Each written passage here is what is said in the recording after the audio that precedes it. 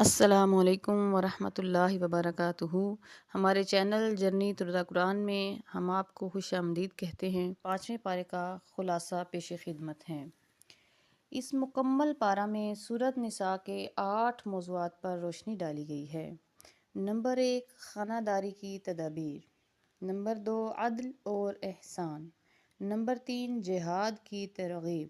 Number 4، منافقین کی مذمت۔ نمبر 5، قتل کی سزائیں۔ نمبر 6، ہجرت اور صلاۃ الخوف۔ نمبر 7، ایک قصہ۔ اور نمبر 8، سیدھے رستے پر چلنے کی ترغیب۔ نمبر 1، خانہ داری کی تدابیر۔ اس میں پہلی ہدایت دی گئی کہ مرد خاندان کا سربراہ ہے اور عورت کا نگران اور محافظ ہے۔ اس پر معاشی کفالت کی مکمل ذمہ داری ہے۔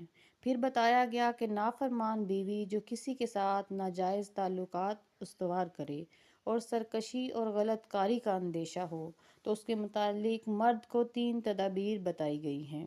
نمبر 1، کہ وہ واعظ و نصیحت کرے۔ نمبر 2، بیوی غلط کاموں سے باز نہ آئے تو بستر سے الگ کر دے۔ نمبر 3، اگر پھر بھی نہ مانے تو انتہائی اقدام کے طور پر تنبیہاً اس قدر مارے کہ اسے نقصان نہ پہنچے۔ نمبر 2، عدل و احسان۔ عدل و احسان کا حکم دیا گیا تاکہ اجتماعی زندگی بھی درست ہو جائے۔ نمبر 3، جہاد کی ترغیب۔ جہاد کی ترغیب دی کہ موت سے نہ ڈرو، وہ تو گھر بیٹھے بھی آ سکتی ہے۔ نہ جہاد میں نکلنا موت کو یقینی بناتا ہے، نہ گھر میں رہنا زندگی کے تحفظ کی ضمانت ہے۔ نمبر 4، منافقین کی مذمت کی گئی کہ مسلمانوں کو ان سے چوکنا کیا، خبردار کیا کہ یہ لوگ تمہیں بھی اپنی طرح کافر بنانا چاہتے ہیں۔ نمبر 5، قتل کی سزائیں بیان ہوئی اور بڑا سخت لہجہ استعمال کرتے ہوئے بتایا گیا کہ مسلمانوں کو جان بوجھ کر قتل کرنے والا ہمیشہ ہمیشہ جہنم میں جلے۔ نمبر 6، ہجرت اور صلاۃ الخوف۔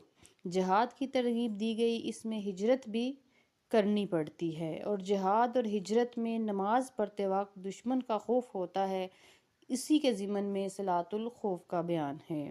نمبر 7، ایک قصہ بیان ہوا اس شخص کا جو بظاہر تو مسلمان تھا مگر در حقیقت منافق تھا۔ اس نے چوری کی اور ایک الزام ایک یہودی پر لگا دیا۔ نبی علیہ السلام تک یہ واقعہ پہنچا۔ آپ صلی اللہ علیہ وآلہ وسلم یہودی کے خلاف فیصلہ کرنے ہی والے تھے کہ یہ آیت نازل ہوئی اور اللہ تعالیٰ نے بتا دیا کہ چور وہ مسلمان نما منافق ہے۔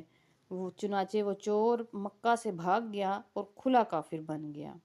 نمبر 8، سیدھے رستے پر چلنے کی ترغیب دلائی گئی کہ شیطان کی اطاعت سے بچو، وہ گمراہ کن ہے۔